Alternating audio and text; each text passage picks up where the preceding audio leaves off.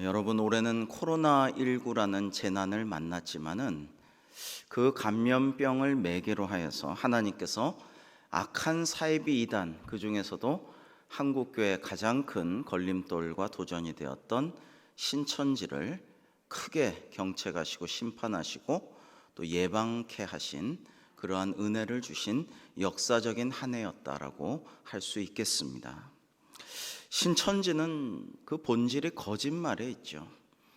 그들이 모략교리라고 말하는 그 모략이라는 말에 원래 히브리어는 거짓말이 아니라 충고라는 의미를 가진 애차라는 단어인데요, 그것을 모략이라는 말로 번역된 것을 이용해 가지고 굉장히 자기들의 편리대로 성경을 오용하고 곡해 해석해서 왜곡하고 자기들 마음대로 그 교리를 썼다라는 데서 이 신천지의 거짓됨이 여실히 드러난다라고 할 수가 있겠습니다. 거짓말을 합리화하는 소위 모략 교리를 필두로 하여서 신천지의 핵심 교리들은 거짓말의 집합소라고 할 수가 있겠죠. 그 이만희 교주가 영생불로 불사한다는 것도 거짓말이고, 또 이제 14만 4천 구원교리도 역시 거짓말이고, 신천지 신도들이 왕같은 제사장 된다는 것도 거짓말입니다.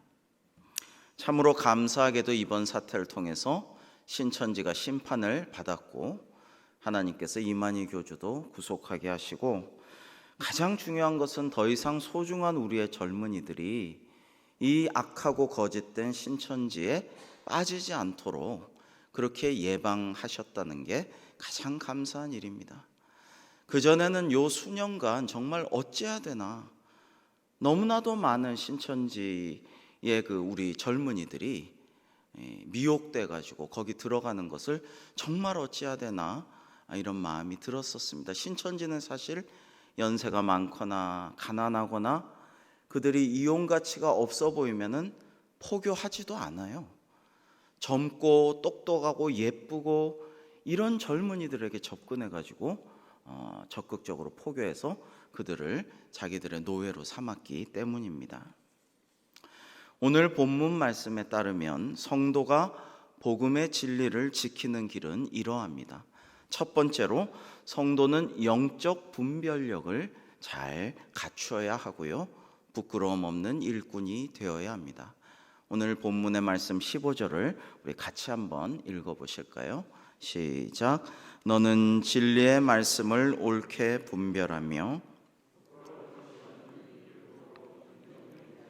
자신을 하나님 앞에 드리기를 힘쓰라. 이 말씀대로입니다. 두 번째로 성도는 거짓 교훈을 따르지 않아야 합니다. 우리 17절과 18절의 말씀을 그 의미를 잘 음미하면서 같이 읽어보시겠습니다. 시작. 그들의 말은 악성 종량이 퍼져나감과 같은데 그 중에 후메네오와 빌레도가 있느니라. 진리에 관하여는 그들이 그릇되었도다. 부활이 이미 지나갔다 하므로 어떤 사람들의 믿음을 무너뜨리느니라.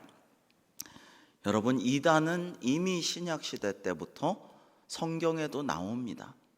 영지주의 이단이라든지 또 이렇게 부활이 이미 지나갔다라든지 예수님이 하나님이 아니시라고 예수님의 신성을 부인하거나 예수님이 참 사람 인간이 아니시라고 인성을 부인하거나 이런 이단들이 이미 초창기 신약시대부터 있었다라는 것입니다. 세 번째로 교회는 성도의 영혼을 보호하는 안전한 울타리임을 명심하고 교회 울타리 안에 꼭 있어야 합니다. 여기서 교회란 정통교회를 말하는 것이죠. 우리 마지막으로 19절 같이 한번 읽겠습니다. 시작. 그러나 하나님의 견고한 터는 섰으니 인침이 있어 일러스되 주께서 자기 백성을 아신다 하며 또 주의 이름을 부르는 자마다 불의에서 떠날지어다 하였느니라. 아멘.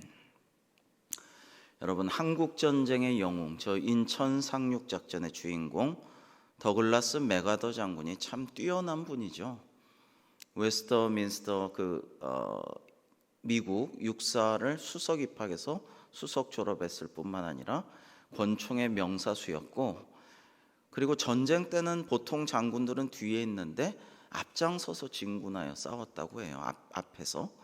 아주 근데 대단한 통찰력을 가진 이분이 이런 말을 했습니다. 지금 이 전쟁이라는 것, 또 이 세계에 돌아가는 것은 사실은 그 핵심이 영적인 문제에 달려있다. 메가더 장군이 한 말입니다. 처칠도 그와 같은 비슷한 말을 했는데요, 대단한 통찰력들의 소유자고 명장들의 이야기라고 할 수가 있습니다. 오늘의 문제 역시 크게 보아서 영적인 문제가 그 핵심에 있음을 오늘 우리가 나눠보려고 합니다. 특히 우리가 그 전에는 대수롭지 않게 그냥 사회 해악 정도로 여기고 대단치 않게 지나갔던 이단 사이비의 문제가 사실은 우리 사회를 좀먹는 정도가 아니라 그 기강과 근본을 흔드는 어마어마한 문제였음을 이번에 우리가 깨닫게 되었죠. 그런데 이것을 어떻게 우리가 더 잘 알 수 있느냐? 그냥 신천지 모략교회는 이렇다, 그 다음에 이러이러한 이단이 오면은 멀리하라, 이런 굉장히 이제 국부적이고 그때그때 다른 가르침 정도, 예방 조치 정도로는 좀 부족하다라는 생각을 합니다. 우리가 근본적인 핵심과 통찰력을 가지고 영적 눈을 떠서 영적 분별력을 가지고 이단 사이비를 예방하고 견책하고 멀리할 수 있었으면 좋겠다라는 것입니다. 그렇게 할 수 있으려면은 성경을 우리가 잘 알고 묵상해야 되고요, 기도해야 되고요, 그리고 정통 교리를 좀 알아야 돼요. 이게 이제 말하자면 깊이 들어가면 신학인데요, 교리를 잘 알아야 돼요. 실은 사도신경이라는 게 굉장히 중요한데요, 이단들은 사도신경을 절대로 하지를 않습니다. 왜냐하면 이 사도들의 신앙의 고백이 사도신경 혹은 사도신조라고 하는데, 이게 전통적으로 쭉 내려오는 신앙 고백인데 이 안에 정통교리들이 담겨 있거든요. 이단들은 그걸 싫어해서 절대로 이거를 암송하지 않습니다. 고백하지 않습니다.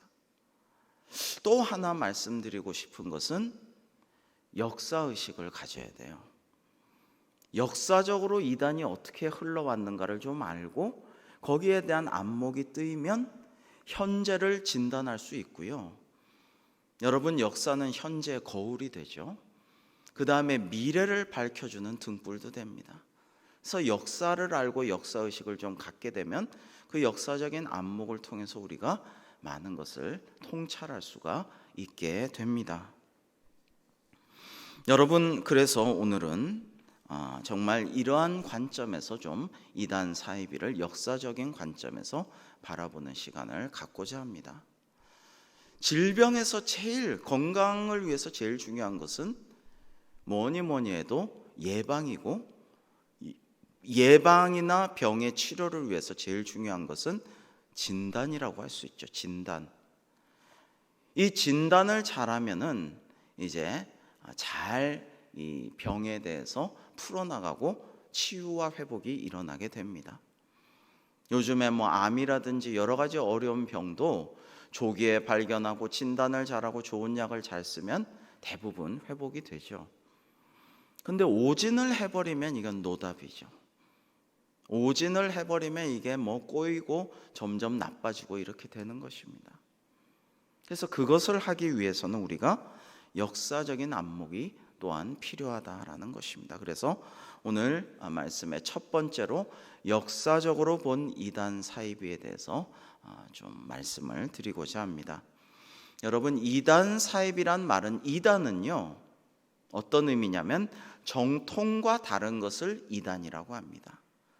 정통의 반대가 기독교 이단이라는 것이죠. 그러니까 기독교는 아까 사도신경을 말씀드렸지만 정통적인 교회가 쫙 같은 신앙 고백을 하면서 역사를 공유하면서 바른 신앙으로 내려오는 하나님의 교회가 있습니다. 그 전통이 있고, 그 정통과 반대되는 그릇된 진리를 가리우는 거짓된 가르침을 전파하는 이단들이 있습니다. 이단도 이단들의 유구한 역사와 그들 나름대로의 특징을 가지고 있습니다. 사이비라는 것은 문자 그대로 하면 비슷하기는 하지만 유사하지만 아니라는 거죠. 비슷하지만 가짜를 사이비라고 하는 것입니다. 성경에서는 예수 그리스도에 대한 잘못된 가르침을 주거나, 즉 아까도 말씀드린 하나님이심을 부인하거나 참 사람임을 부인하거나 예수님이 부활하신 걸 부인하거나 동정녀에게 나시고 그런 사도신조를 부인하거나 이런 것들이 이단 사이비들이 하는 행동이죠.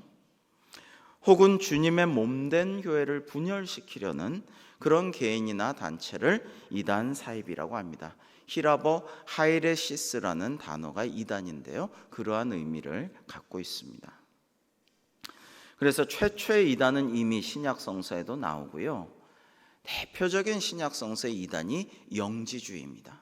근데 이 영지주의 이단의 특성, 그 핵심은 지금 이단들도 그대로 동서양을 막론하고 흘러내려오고 있습니다. 이 영지주의의 특징은 혼합주의.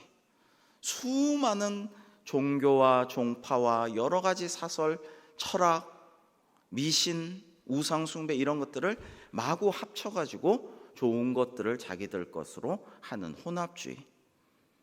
그 다음에 신비주의이면서 굉장히 비밀한 지식을 우리만 갖고 있다라는 엘리트주의. 교회는 특성 중에 하나가 보편교회죠. 캐톨릭이라는 게 그런 뜻인데 누구나 가난한 자나 부유한 자나 높은 자나 낮은 자나 건강한 자나 병든 자나 남자나 여자나 종이나 자유인이나 다 하나님의 진리를 전파하고 그것을 깨우칠 수 있고 누구나 믿고 구주를 영접해서 예수님을 믿는 자는 천국에 가서 구원받을 수 있다. 이게 보편 정통교회인데 이단은 아니라는 거예요. 우리만 요걸 안다. 비밀인데 너만 가르쳐준다. 이거를 해서 나중에 큰 상을 받을 수 있고 14만 4천의 무리에 들어갈 수 있으니까 너는 아주 땡 잡은 거다. 우리를 따라서 시키는 대로 다 해라. 이게 이단들의 고유한 특성이죠. 이러한 영지주의 이단은요, 그 외에도 여러 가지 특성이 있습니다. 앞으로 계속 다루기로 하고요. 지금까지도 영향을 막대하게 미치고 있습니다. 그런데 이제 우리 역사 쪽으로 이렇게 좀 들어오자면요, 주후 428년 지금 터키에 있는 콘스탄티노플의 그 당시 동방기독교의 대단한 중심지였는데 이 콘스탄티노플의 대주교가 된 네스토리우스라는 사람이 있었습니다. 그는 존경받는 목회자요, 신학자였습니다. 추종자도 많았습니다. 근데 그가 이런 주장을 합니다. 동정녀 마리아에게서 예수님이 나신 것은 맞는데, 그런데 성모 마리아는 어떻게 하나님의 어머니가 될 수가 있느냐? 예수 그리스도의 어머니일 따름이다. 이런 주장을 합니다. 그래서 이 크리스토코스라고, 이제 쉽게 말해서 그리스도의 어머니다라는 주장을 해요. 그런데 여기에 반대하는 알렉산드리아 학파의 키릴 대주교는 아니다. 하나님의 어머니, 신의 어머니다. 예수님이 하나님이기 때문에 성모 마리아는 신의 어머니, 하나님의 어머니다. 자, 여러분은 어떻게 생각하십니까? 제가 신학교 1학년 처음 조직신학 교리사죠. 그 조직신학 과목을 들을 때 조직신학 교수님께서 우리한테 이거 손들어 보라 그랬어요. 자, 예수 그리스도께서 참 신이시고 참 하나님이시고 동시에 참 인간이신 게 정통 교리인데, 과연 성모 마리아는 그리스도의 어머니냐 하나님의 어머니냐 손들어 보라 그래 반반씩 나뉘었던 기억이 납니다. 여러분은 어떻게 생각하시나 궁금합니다. 근데 이거는 아까 말한 부활에 대한 것이라든지 참 신성과 참 인성을 또는 여러 가지 더 중요한 교리들을 동정녀 마리아 이런 것들을 거부하는 것은 아니었어요. 아니었는데 예수 그리스도의 어머니라고 한 이 네스토리우스가 하나님의 어머니라고 한 주장에 밀려가지고 이제 주후 431년 당시 세계 교회 총회인 에베소 공의회에서 이단으로 정죄가 되었습니다. 이 주장은 이단이다. 그래서 이분은 이제 상당히 훌륭한 분으로 알려져 있지만 쫓겨나서 리비아 사막에서 451년에 쓸쓸히 죽었습니다. 근데 문제는 그 추종자들도 이단으로 몰렸는데 이 사람들이 동방으로 이렇게 가요. 동방으로 가서 중국까지 실크로드를 타고 중앙아시아 이런 데를 거쳐서 중국 당나라까지 도달합니다. 그러면서 이 이름을 경교라고 합니다. 화면을 한번 보여주시죠. 네, 이게 당나라 당시 경교 사당에 있었던 비석입니다. 지금도 현존하고 있는데요. 남아있는 비석인데 여기 그 비석 여기 보시면 긴 비석에 보면 위에다가 맨 위에 그 삼각주 같은데 뭐라고 써져 있냐면은 대진 경교 유행 중국비 이렇게 써져 있어요. 대진이라는 것은 당시 당나라가 로마 제국을 대진국이라고 불렀습니다. 로마 제국에서 경교가 흘러 들어와서 중국에 세워진 것을 기념하노라 하면서 쫙 밑에 경교에 대해서 써놨습니다.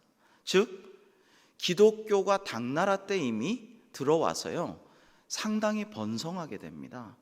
상류층이 많이 믿었습니다. 자, 그래서 이 경교가 번성하다가 이제 점점 없어지게 되는데요. 이것이 신라 시대 불국사 유적에도 나옵니다. 한번 불국사의 경교 십자가를 보여주시면 불국사 경내에서 출토된 경교식 돌 십자가인데요.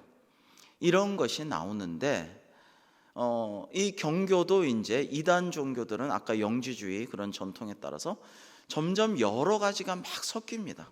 불교도 섞이고 도교도 섞이고 뭐 이것저것 다 섞어가지고 좋은 것만 써요. 불교는 원래 그런 데 능합니다. 지금도 도교의 산신령을 모신 산신각이 불교 경내 구석탱이에 늘 있죠. 산신각이. 마찬가지로 이 경교식 십자가가 불국사에도 있습니다. 그리고 발해에도 우리 민족의 발해에도 그런 모습이 나타납니다. 보시면은 중국 훈춘의 발해 성지에서 출토된 발해 불상에 이 동그라미로 표시된 데 보면 가슴에 경교 십자가, 아까랑 똑같은 문양의 십자가가 새겨져 있게 됩니다. 그러나 물론 이 신라나 발해에서 경교가 엄청나게 당나라에서처럼 번성했다 이런 기록은 없어요. 그러나 역사적으로 보면 이단 사입이라는 것이 온 나라에 크나큰 해악을 주었다라는 것을 우리가 잘 생각해 보아야 한다라는 것입니다. 예컨대 불교에서 말하는 미륵불, 미래 구세주인 미륵불을 궁예라는 사람이 자처했는데요. 이 궁예는 정통 불교의 이단자라고 할 수가 있죠. 이단 사입이 교주 같은 인물이었죠.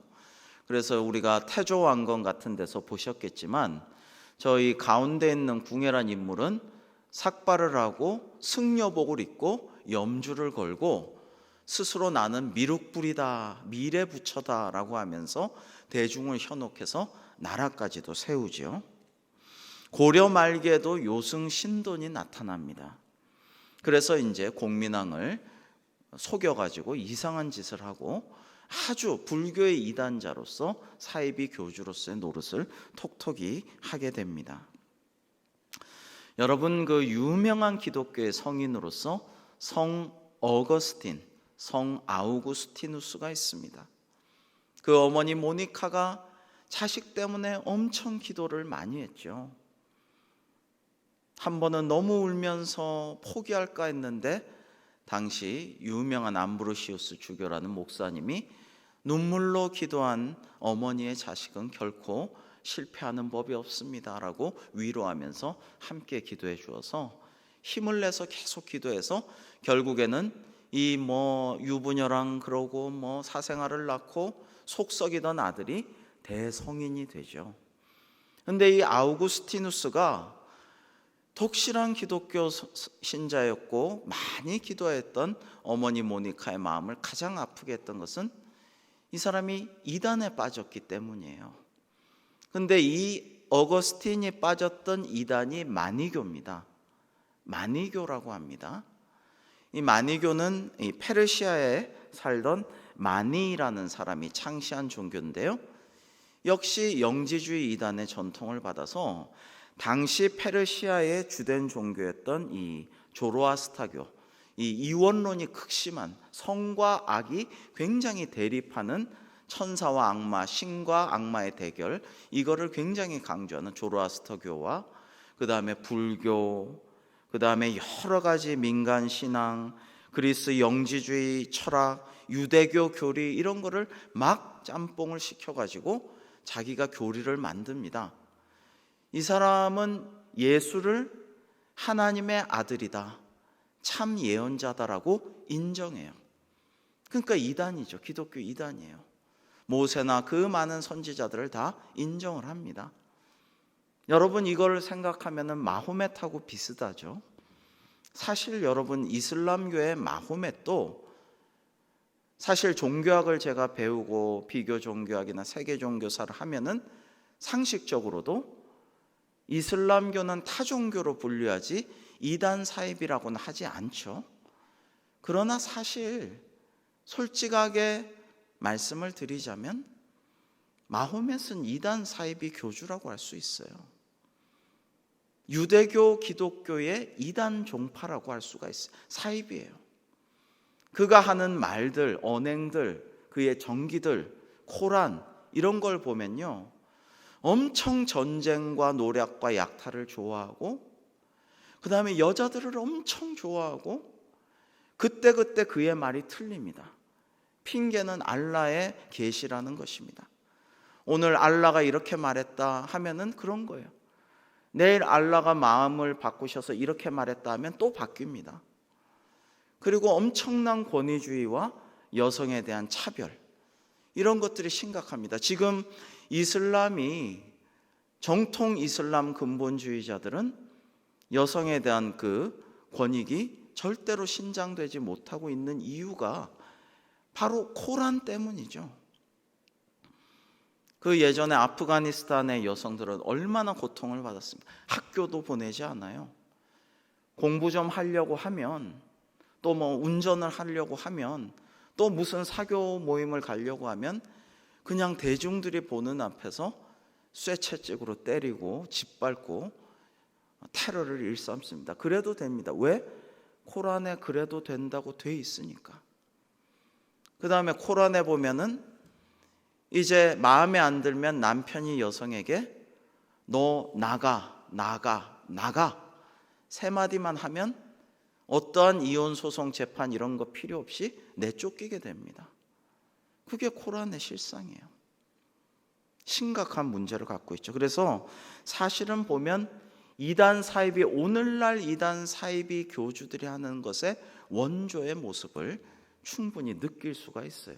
자세히 살펴보면은 이 마니 역시 자기가 신의 최후의 예언자로 자처하고 예수도 인정하고 부처도 인정하고 조로아스터도 과거의 예언자로 인정하면서 자신의 이름을 붙인 마니교라는 걸 창시를 하는데, 이게 또 중국에서 유행을 합니다.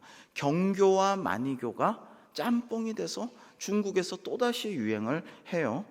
그래서 이게 빛의 종교다, 빛의 사자다, 그렇게 가장하면서 늘 이단들은 어떻게 합니까? 거짓된 존재, 처음부터 사탄 마귀는 살인자요 거짓말하는 자이기 때문에 어떻게 하느냐면은 늘 자신들이 광명의 천사다, 빛의 천사다, 빛의 사자다, 이렇게 거짓말을 합니다. 그래서 명교라는 것이 중국에서 발달하고 유행하게 되는데, 이 명교가 사실 명나라, 여러분이 아시는 청나라 이전에 원나라 다음에 명나라의 그 명자, 밝을 명자가 명교에서 유래한 이름입니다. 놀라운 일이죠. 그 다음에 이 명교의 후예들인 백령교, 그 다음에 이후에 그 의화단의 난, 이런 것들이 다 나중에 청나라도 뒤집을 뻔하는데요. 그게 다 이 명교, 경교, 만이교 다 이것들이 기독교 이단의 종파들이라고 크게 볼 수가 있어요. 한번 그림을 보실까요? 10세기에 중국 고창에서 발견된 벽화에 만이교 성직자, 이 하얀 옷을 입고 빛의 사자, 광명천사라고 했죠. 그렇게 명교의 성직자, 만이교의 성직자들이 저런 모습들이 있는 것이 나타나고 있습니다. 중국 얘기 마지막으로 하면 청나라 말기에는요, 홍수전, 홍수취안이라는 인간이 과거 시험 계속 낙방하다가 어떤 노인이 책을 줘요. 그 책을 읽다가 꿈을 꾸는데 또 하얀 산신령 같은 태상노공 같은 옥황상제 같은 노인이 계시를 준다고 했습니다. 그러면서 나중에 그는 자기 자신을 예수 그리스도의 내가 아우다, 나도 하나님의 아들이고 예수 그리스도의 동생이다, 그러면서 사람들을 미혹해가지고요 어마어마한 왕국을 건설합니다. 그래서 중국 남경, 난징을 수도로 해서 청나라를 베이징까지 쳐들어가서 거의 집어삼킬 뻔했어요. 그런데 이제 당시 서태후가 적극적으로 독일, 영국, 미국, 프랑스 이 연합군을 구성을 해서 좀 물리쳐 달라 그래서 서구 열강들이야 옳다구나 하고 서태후의 말을 듣고 이제 그들을 다 쳐부수고 학살해 버리고, 그래서 청나라가 겨우 살아나게 되죠. 저 멀끔하게 생긴 어떻게 보면 제갈공명 같이도 생겼고, 저 인간이 이제 홍수전이라는 사람인데, 여러분 쉽게 말하면 중국이 이단 기독교 왕국이 될 뻔했어요. 홍수전이 중국 황제가 됐으면 베이징 함락 일보 직전에 서구 연합군에 의해서 패퇴되었지만은 만약에 홍수전이 청나라를 완전히 함락을 시켰으면 중국 땅덩어리가 이단 기독교의 왕국이 될 뻔했다라는 놀라운 사실을 우리는 기억해야 할 것입니다. 그래서 중국이 역사적으로 종교에서 비롯된 밀란을 엄청 무서워합니다. 삼국시대 황건적의 난도 도교의 종파인 오두미교에서 비롯된 것이지만, 아까 명나라를 세운 것도 홍건적이 다 명교 이런 데 연관이 있는 것이고, 그 다음에 의화단의 난, 백령교도의 난 이런 것도 있었고, 태평천국의 난, 실제로 성경적인 이름이죠. 샬롬의 나라 이런 뜻이에요. 태평천국의 난을 일으킨 홍수전 같은 무리들이 있었기 때문에, 이단 사이비들이 중국 천하를 마구 흔들었기 때문에 지금 기독교를 박해하는 이유가, 상당히 공산당이 두려워하는 주된 이유가 그런 데 있어요. 굉장히 이단 종교, 종파, 특히 기독교 이런 것을 중국은 대단히 체질적으로 역사적으로 두려워한다라는 것입니다. 그래서 기독교가 지금 벌써 1억 이상, 1억 2천, 어쩌면 1억 5천, 지금 지하교회, 삼자교회 성도들이 합쳐서 그 정도 될 텐데 어마어마한 숫자잖아요. 더 이상 크는 것을 결코 원치 않아요. 중국 공산당이 대단히 두려워하고 있다라는 것입니다. 자, 정통과 이단의 문제는 결국 진리와 거짓의 대결 문제다라고 말씀드릴 수가 있겠죠. 정통은 진리를 수호하려는 것이고, 이단 사이비는 거짓을 전파하는 거죠. 진리를 가리우고. 그런 차원에서 본다면 사실은 우리 주변에 지금까지 현대사에서도 수많은 이단 사이비 교주와 같은 독재자들과 무서운 인간들이 우리에게 크나큰 영향을 미쳤다라는 것을 알 수가 있습니다. 저 나치의 총수 독일의 히틀러 같은 사람은 자기가 재림한 그리스도같이 행세를 했습니다. 그리고 보네포 목사님을 비롯한 고백교회 신학자들과 양심 있는 몇몇 소수의 목사님들을 제외하고 그 루터의 후예들이, 독일 교회들이 이 히틀러의 재림 예수인 척 하는 것을 옹호하고 떠받들고 용인하고 선전도 해줬어요. 마치 천황제를 가지고 신사참배를 막 강요할 때에 우리나라에서도 소수의 신사참배를 반대하는 분들이 옥고를 치르고 순교도 하고 하였지만, 사실 대부분의 교회는 신사참배하고 그냥 거기에 따르고 이렇게 했던 것과 마찬가지라고 할 수가 있겠죠. 여러분, 스탈린은요 대단한 악마의 하수인입니다. 영적인 눈으로 볼 때 히틀러보다 더한 악마의 하수인이에요. 마귀에게 쓰인 사람입니다. 1,000만 명, 어쩌면 2,000만 명의 자국민을 죽였습니다. 히틀러는 전쟁을 통해서 죽이고 600만 명의 유대인들을 원수로 생각하고 죽였지만, 이 스탈린은 자국 소련 백성들을 1,000만, 어쩌면 2,000만을 죽였어요. 무시무시 자기 주변의 모든 사람들을 숙청했고, 가족들도 하나하나 다 죽입니다. 가족들조차도. 스탈린 한번 보실까요?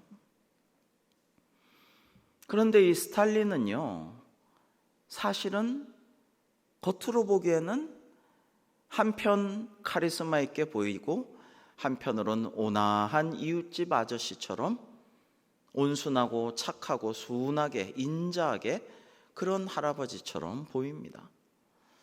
여러분, 사실 보기 싫어서 오늘 굳이 보지 않지만 김일성도 비슷해요. 스타일이 비슷합니다. 근데 김일성 어머니 이름 아시죠? 김일성 어머니의 이름은 강반석 권사입니다.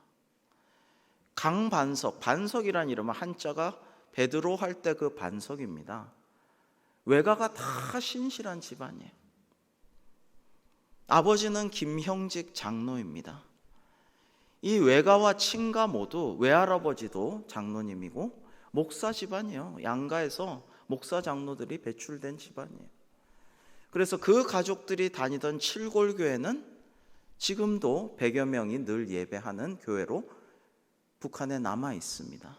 칠골교회, 봉수교회 두 교회가 지금 북한에 남아 있죠. 근데 이 김일성이라는 인간 역시 이단 사이비 교주와 같은 인물이라고 할 수가 있죠. 지금까지도 우상 숭배를 대를 이어서 자행을 하고 있죠. 무서운 일입니다. 이게 영적인 눈으로 보면 이단 사이비 교주와 같은 인물이라고 볼 수 있는 거예요. 그냥 독재자가 아니에요. 여러분, 차우세스콘이 수많은 그냥 독재자들은요 민중들이 결국에는 심판에서 다 물러나게 됩니다. 근데 이런 우상 숭배를 만들고 유사 기독교 이단 사이비 교주 같은 그런 정권들은 잘 무너지지 않습니다. 9.11 테러의 주범 오사마 빈 라덴의 사진을 한번 볼까요? 여러분이 오사마 빈 라덴 그 이슬람 근본주의 테러리스트인데요. 저는 오사마 빈 라덴의 처음 사진 모습을 보고 깜짝 놀랐어요. 여러분, 무슨 간디나 성자의 성인의 모습 같지 않습니까? 저는 그렇게 느꼈는데요. 온화하고 사람을 감동감화시키는 부드러운 성자 같은 카리스마도 있지만 거룩해 보이는 그런 얼굴 아닙니까? 매우 그럴싸한 모습을 가지고 있지만 이들은 실상 사탄의 하수인이에요. 수많은 사람들을 죽였습니다. 여러분, 이러한 영적인 눈으로 볼 때 공산주의라는 것, 한때 전 세계를 미혹시켰던 공산주의 역시 이단 사이비의 구조를 갖고 있습니다. 한번 보실까요? 구조를 한번 보시면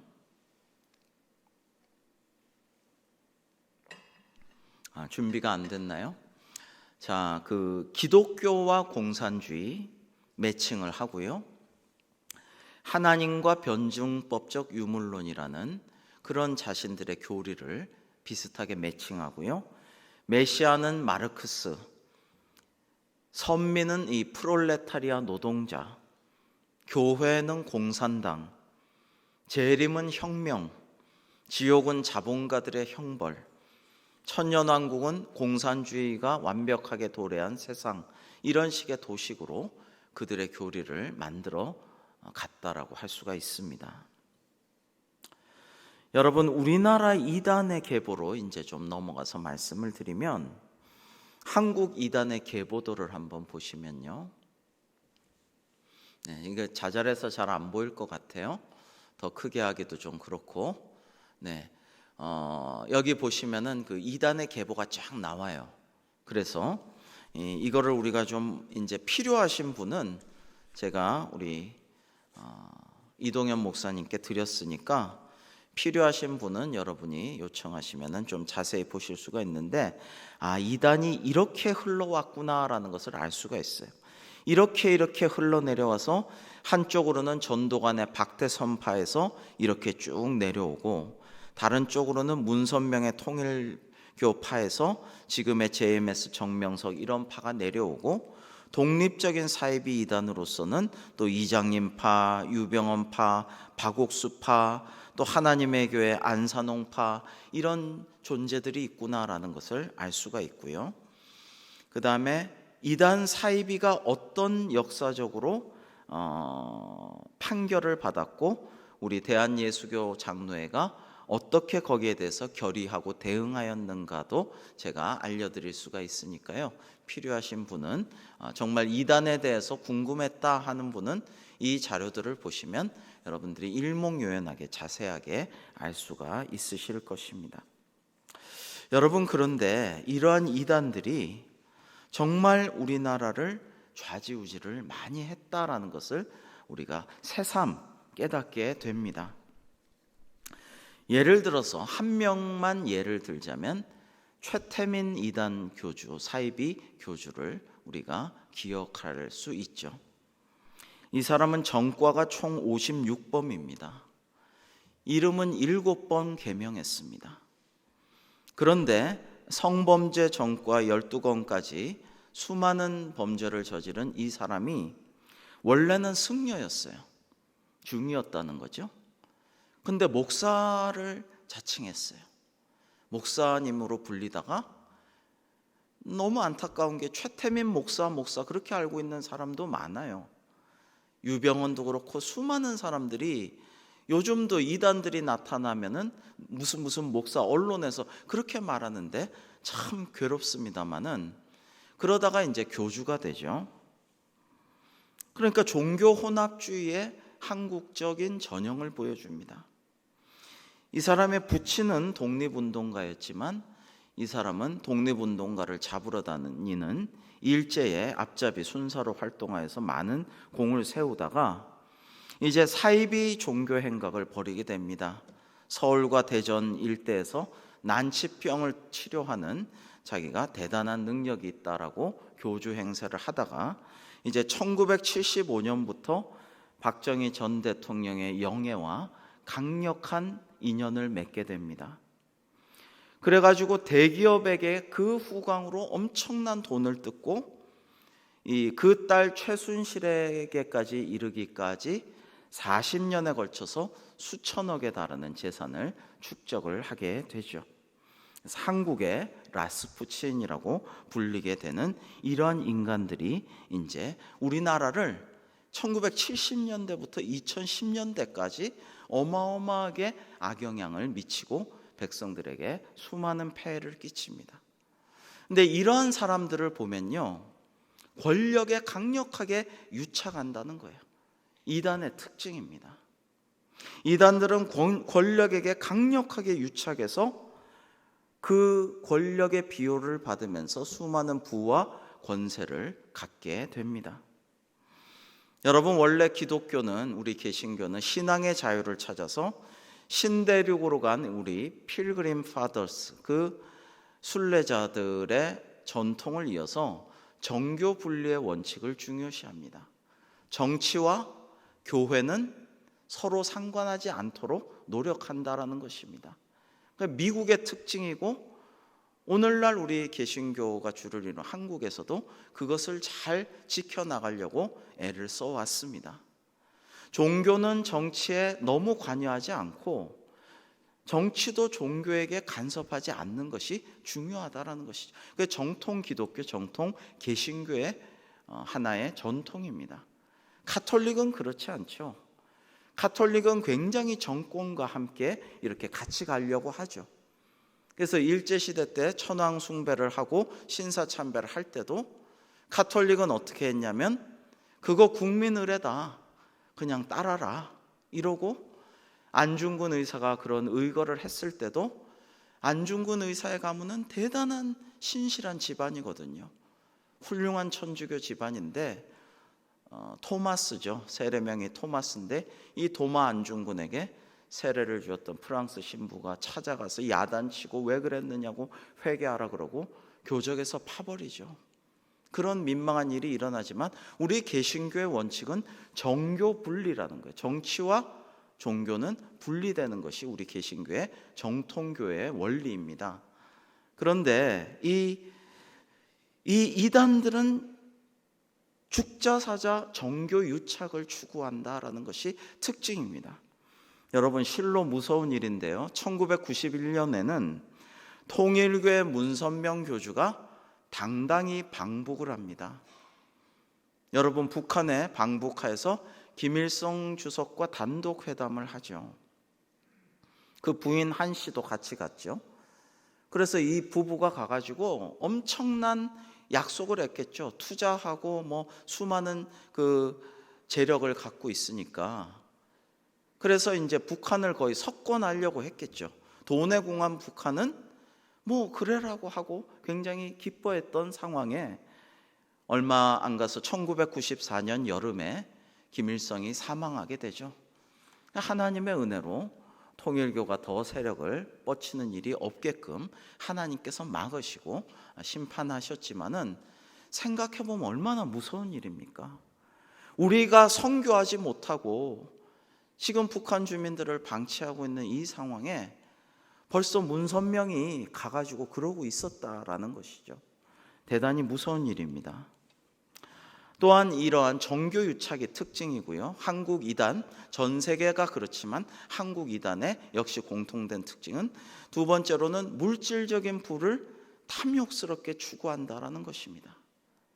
엄청나게 여러분들 예전에도 수많은 이단들이 뭐 공장이나 목장이나 뭐 노동력을 뭐 양말 만들게 하고 뭐 그냥 뭐 여러 가지 그런 착취를 하였던 것을 알 수 있습니다. 전 재산 가져오라 그러고 이랬지만은 정말 물질적인 부를 탐욕적으로 추구하고 스스로 사업에 힘써 대기업을 일구기도 하고, 그 언론사와 기업을 보유하고 있는 통일교가 대표적인데요.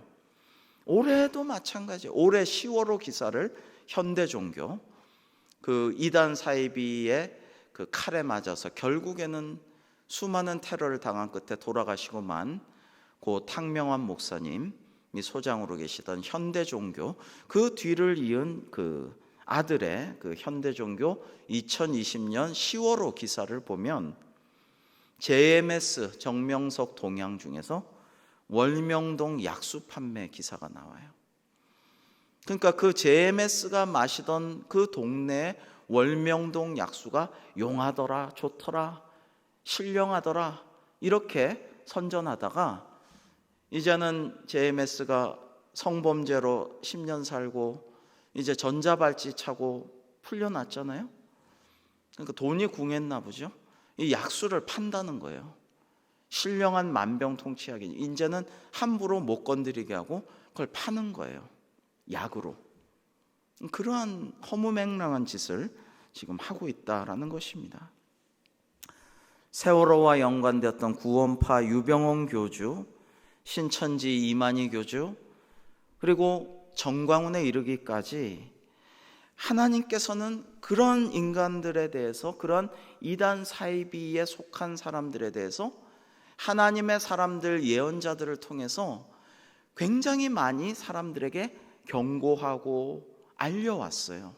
조심하라고 하고 많은 하나님의 뜻을 전해왔습니다. 근데 문제는 사람들이 예나 지금이나 예언자들의 말을 잘 귀담아 듣지 않는다라는 것입니다. 사도 바울은 고린도전서 12장 1절에 이렇게 말씀하고 있습니다. 형제들아, 신령한 것에 대하여 나는 너희가 알지 못하기를 원하지 아니하노니라고 말씀하셨습니다. 즉 신령한 것들에 대해서 우리 교우들이, 우리 성도들이 알기를 참 나는 원합니다라는 말씀이죠. 저도 사도 바울과 같은 심정으로 이 이단 사이비 신천지 사태, 이 코로나 사태 이후에 드러난 여러 가지 일들을 보면서 기도하면서 열심히 이 특강을 준비를 했습니다. 그래서 여러분께 지금 말씀을 드리고 있는 것이고요.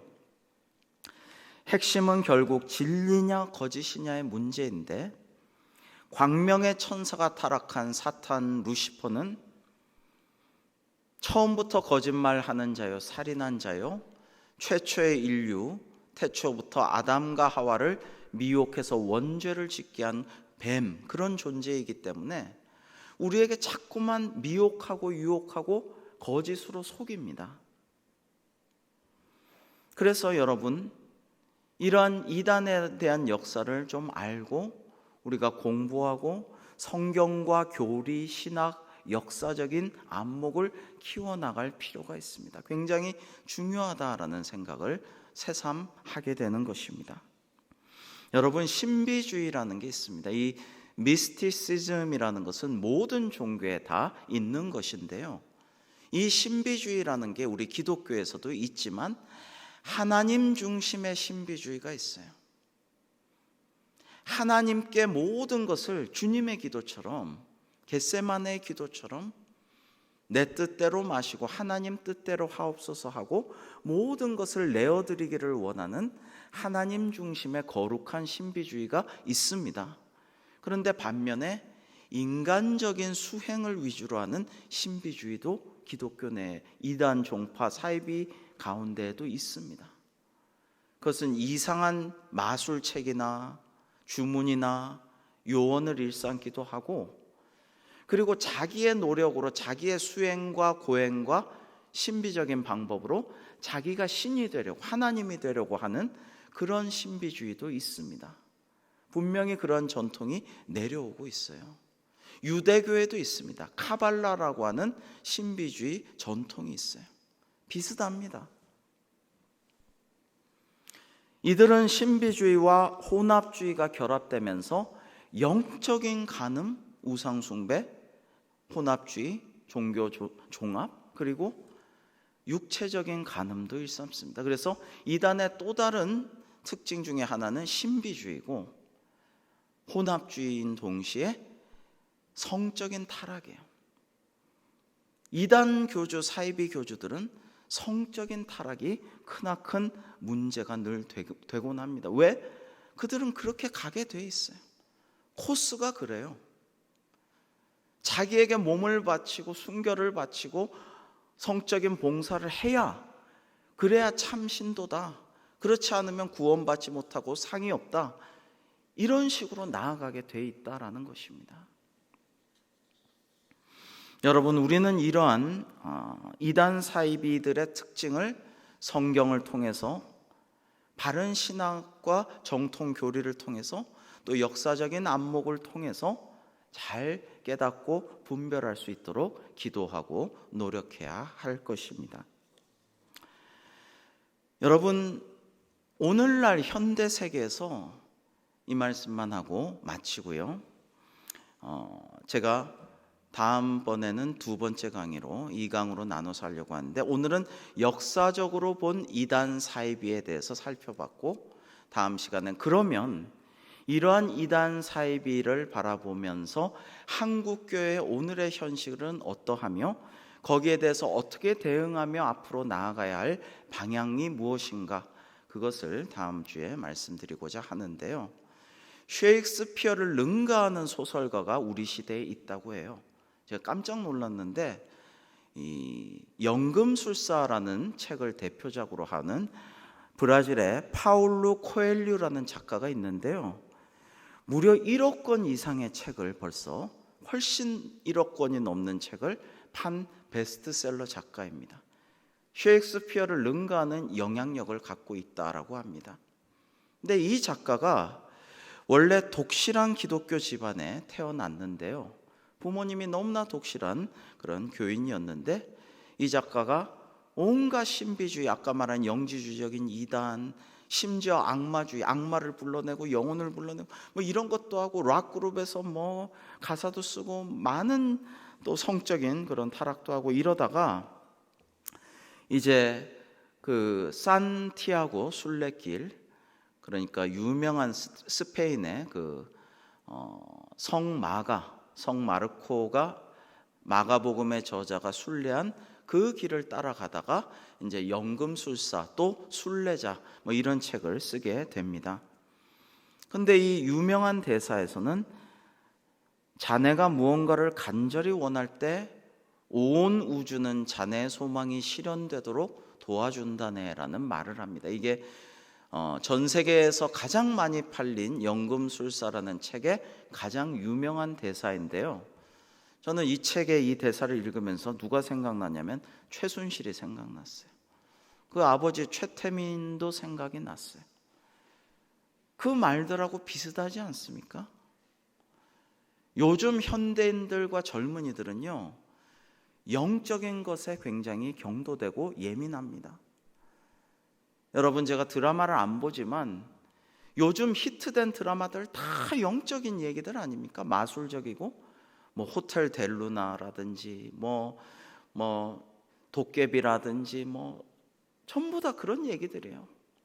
영화도 그렇고 음악도 그렇고 모든 이 시대의 문화들은 영적인 거에 대한 관심이 많고, 너무나도 각박한 인공지능 세상에 우리가 살아가면서 뭔가 신비적이고 위안을 찾을 수 있는 존재를 갈구하고 있어요. 영적으로 갈급해하고 있어요.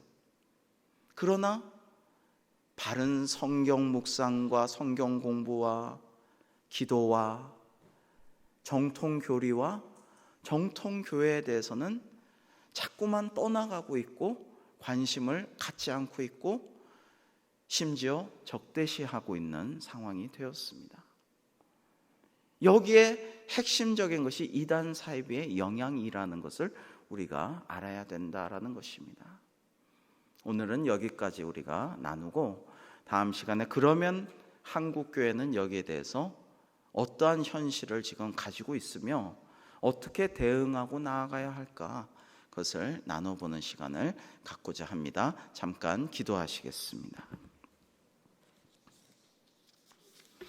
아버지 하나님, 진리와 정의와 사랑의 하나님, 저희가 복음의 진리를 지키기 위해 영적인 분별력을 갖추고 거짓 교훈을 따르지 않으며 한국교회가 성도의 영혼을 보호하는 안전한 울타리로 거듭나게 하여 주시옵소서. 저희들에게 그러한 영적인 안목과 분별력을 허락하시고 사랑하는 우리 자녀손들, 청년들이 더 이상 이단 사이비에게 미혹되지 않도록 더 기도하고 잘 지도할 수 있도록, 그래서 정통교회 믿음의 대를 이어갈 수 있도록 저희들을 사용하여 주시옵소서. 예수님의 이름으로 기도합니다. 아멘.